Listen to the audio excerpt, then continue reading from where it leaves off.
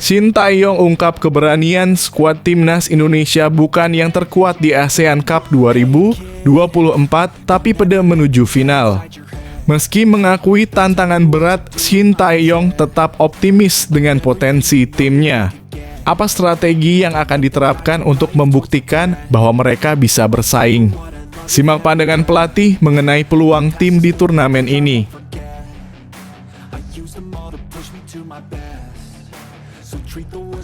SUGBK bakal bergemuruh 2.000 warga Korea Selatan dan 3.000 supporter Jepang siap meramaikan laga timnas Indonesia. Apa yang akan terjadi ketika ribuan pendukung asing berkumpul di stadion? Temukan alasan dibalik kedatangan mereka dan bagaimana ini akan mempengaruhi atmosfer pertandingan. Kesiapan timnas Indonesia menghadapi tantangan besar ini layak untuk disimak.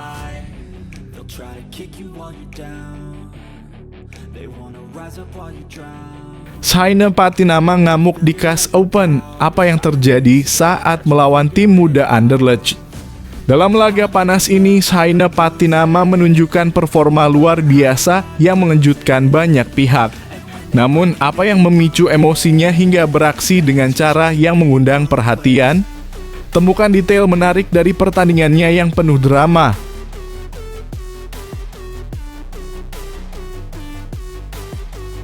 Nasib tragis Dimas Derajat dari cedera hingga dicoret. Apa yang sebenarnya terjadi? Dimas Derajat menghadapi serangkaian ujian berat dalam kariernya. Setelah denda dari AFC dan amukan pelatih Bojan Hodak, kini ia harus berjuang menghadapi cedera yang menghantui.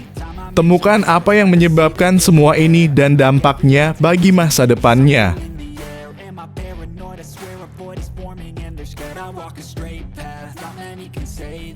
Hoki Caraka dan Sananta, persahabatan yang tak terpengaruh persaingan di timnas Indonesia. Dalam dunia sepak bola yang kompetitif, hubungan baik antara Hoki Caraka dan Sananta menjadi sorotan. Bagaimana mereka menjaga persahabatan di tengah ketatnya persaingan untuk posisi di timnas Indonesia? Simak kisah inspiratif mereka.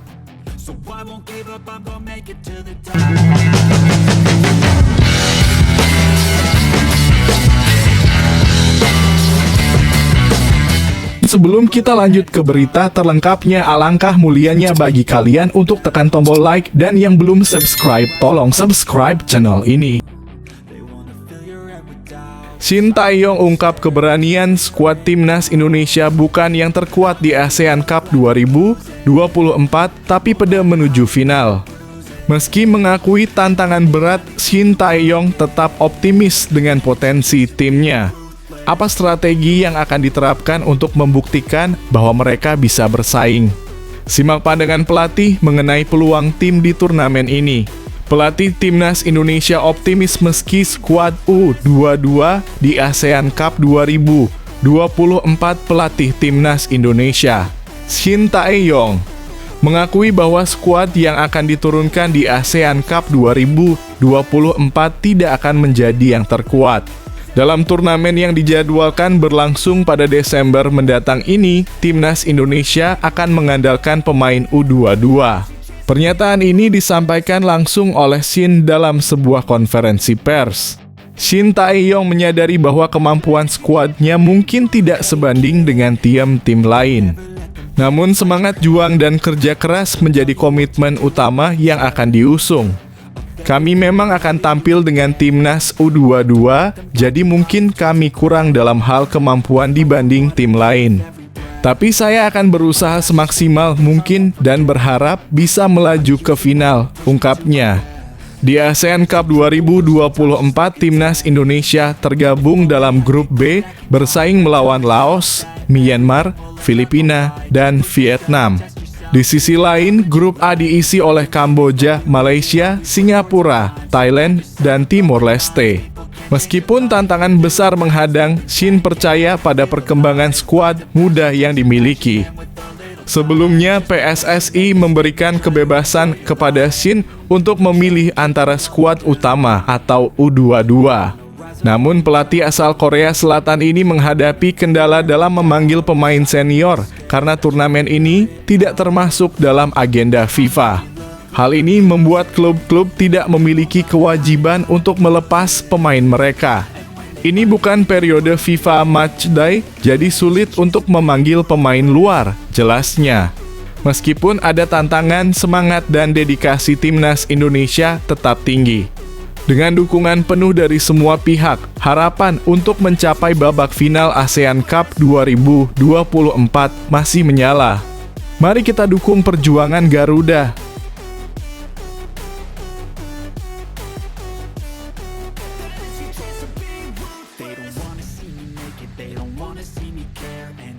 Make some progress, I can see that they compare. I think everyone's against me, maybe something in the air. Am I paranoid? I swear a void is forming and they're scared. I walk a straight path, not many can say that. I like to play fast, cross me and there's payback. You better pray that I don't see your face at any place that I go. I know you hate that. I've been doing fine, I'm not wasting any more time. I live for the fight and the climb. SUGBK bakal bergemuruh, 2.000 warga Korea Selatan dan 3.000 supporter Jepang siap meramaikan laga timnas Indonesia. Apa yang akan terjadi ketika ribuan pendukung asing berkumpul di stadion? Temukan alasan di balik kedatangan mereka dan bagaimana ini akan mempengaruhi atmosfer pertandingan. Kesiapan timnas Indonesia menghadapi tantangan besar ini layak untuk disimak. Kabar bahagia untuk penggemar timnas Indonesia, supporter asing bergabung dukung di Jakarta.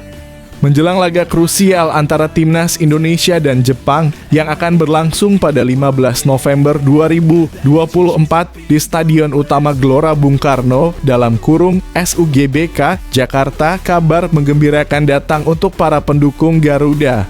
Diperkirakan ribuan supporter dari luar negeri akan hadir untuk memberikan semangat kepada timnas Indonesia dalam kualifikasi Piala Dunia 2026 zona Asia ini.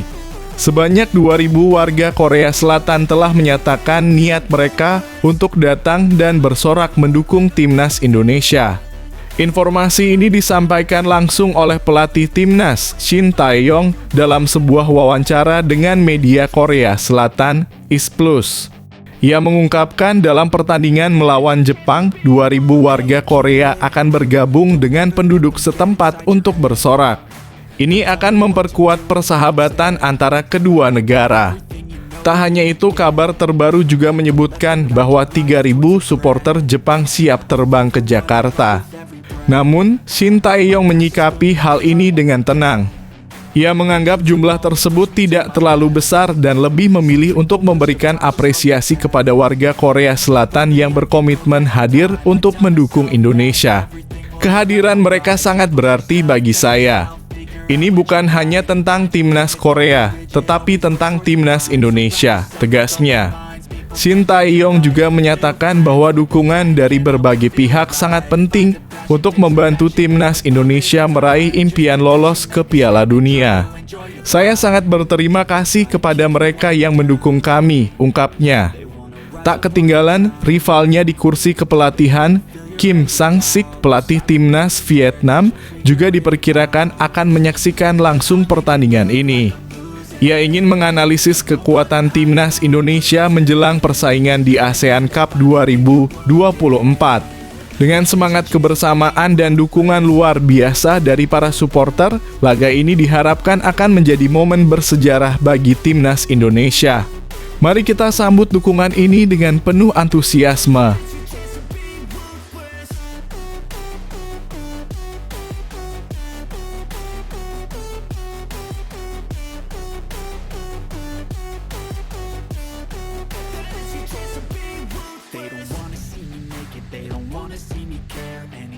Make some progress, I can see that they compare. I think everyone's against me, maybe something in the air. Am I paranoid? I swear a void is forming and they're scared. I walk a straight path, not many can say that. I like to play fast, cross me and there's payback. You better pray that I don't see your face. Shaina Patinama ngamuk di CAS Open. Apa yang terjadi saat melawan tim muda Anderlecht? Dalam laga panas ini, Shaina Patinama menunjukkan performa luar biasa yang mengejutkan banyak pihak. Namun, apa yang memicu emosinya hingga beraksi dengan cara yang mengundang perhatian? Temukan detail menarik dari pertandingannya yang penuh drama. Saina Patinama meluapkan sisi emosionalnya kembali saat CAS Open harus ditahan imbang 2-2 oleh RSCA Futures pada Sabtu (2 November 2024). Saina Patinama kembali mendapat kepercayaan oleh pelatih CAS Open Mirsad Slimbegovic saat timnya bertandang ke Anderlecht Sabtu malam. CAS Open melawan tim muda Anderlecht yang bernama RSCA Futures (RSC Anderlecht Ustrip 23) dalam lanjutan Liga Belgia kasta kedua. Saina menempati posisi bek kiri dalam laga ini.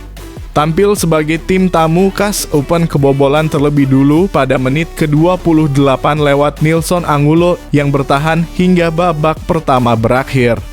Di babak kedua, Open mencoba menaikkan tempo permainan. Hasilnya pada menit ke-63, Jan Gorenc mencetak gol lewat sundulan setelah memanfaatkan umpan Yentil van Genechten.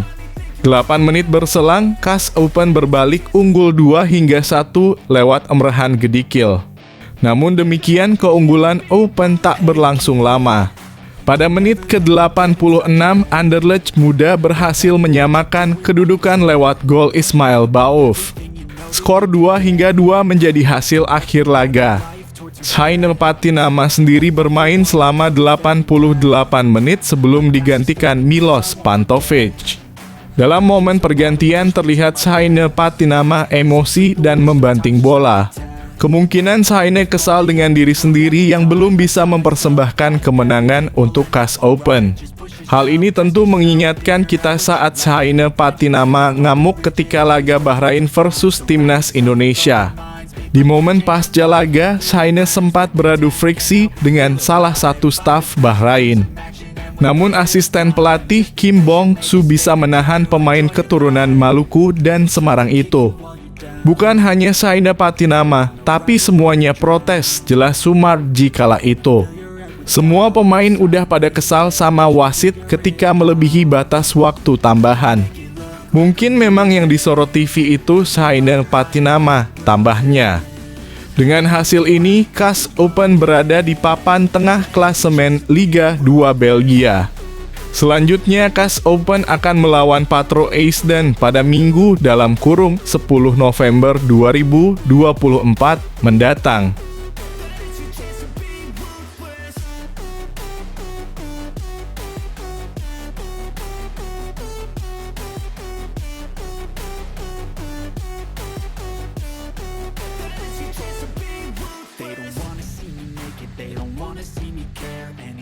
Make some progress, I can see that they compare. I think everyone's against me, maybe something in the air. Am I paranoid? I swear a void is forming and they're scared. I walk a straight path, not many can say that. I like to play fast, cross me and there's payback. You better. Nasib tragis Dimas Derajat dari cedera hingga dicoret. Apa yang sebenarnya terjadi?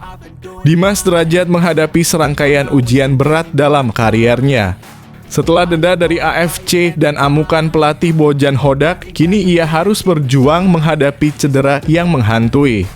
Temukan apa yang menyebabkan semua ini dan dampaknya bagi masa depannya. Nasib malang kini harus dihadapi Dimas Derajat. Terbaru sang pemain tak dipanggil Timnas Indonesia. Semua berawal pada Kamis (24 Oktober 2024).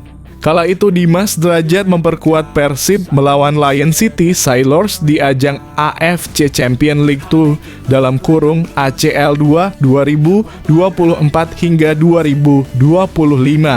Dimas Derajat tak bisa merampungkan pertandingan karena mendapat kartu merah pada menit ke-51. Pemain berposisi sebagai penyerang itu diusir wasit setelah dengan sengaja menanduk pemain lawan. Kelakuan Dimas Derajat tersebut sempat membuat pelatih Persib, Bojan Hodak, kecewa. Bojan Hodak geram karena seharusnya Dimas Derajat tak membuat kesalahan yang merugikan tim. Terlebih Dimas Derajat merupakan pemain Timnas Indonesia yang memiliki banyak pengalaman. Terkait hasil, Persib ditahan Lion City Sailors dengan skor 1-1. Babak kedua ada yang tak seharusnya terjadi, kembali ada kesalahan terkait konsentrasi. Saya percaya tim akan meraih kemenangan, tapi kartu merah telah merubah permainan. Dimas melakukan sesuatu yang tidak seharusnya karena dia pemain timnas. Dia memainkan laga internasional, dia sangat naif, kata Bojan Hodak. Akibat kejadian ini, Dimas Derajat dijatuhi sanksi larangan bermain selama 3 pertandingan.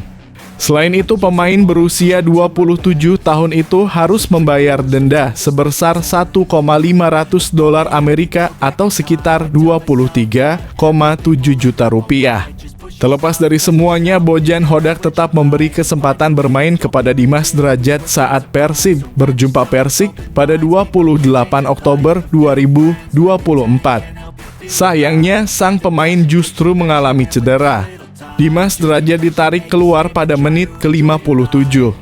Bojan Hodak menjelaskan bahwa Dimas Derajat setidaknya membutuhkan waktu 10 hari untuk pulih. Dimas cedera, dia akan absen 10 hari karena mengalami cedera di laga melawan Kediri kemarin, ungkap Bojan Hodak. Akibat cedera tersebut, Dimas dicoret Shin Tae-yong dari Timnas Indonesia.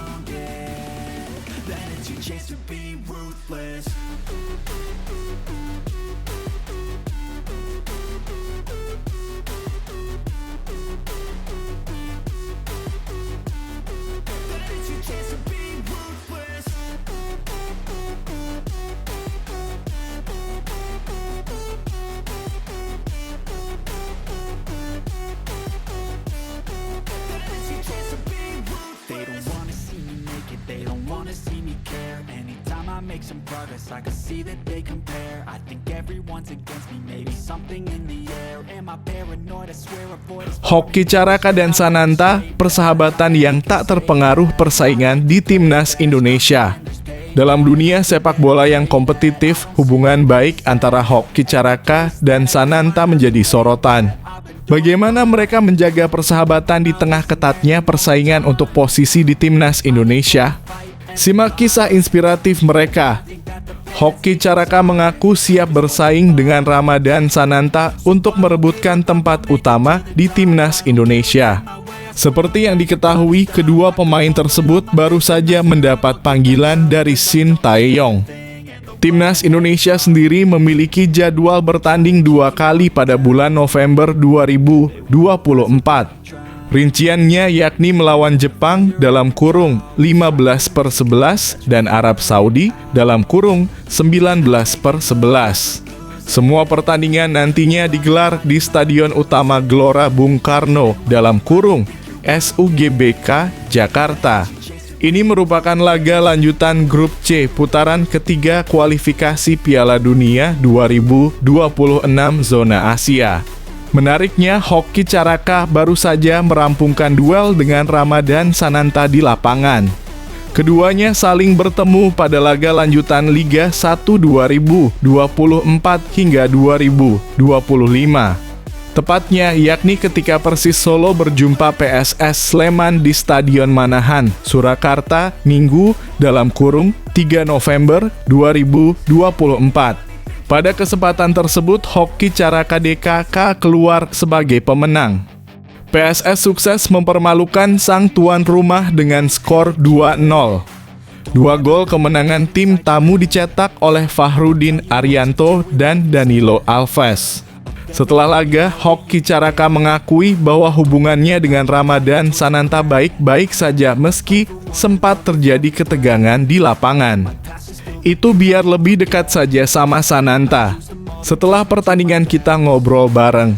Setelah ini kita juga ketemu di Timnas. Tadi dalam kurung, friksi ya biasalah, kata Hoki Caraka.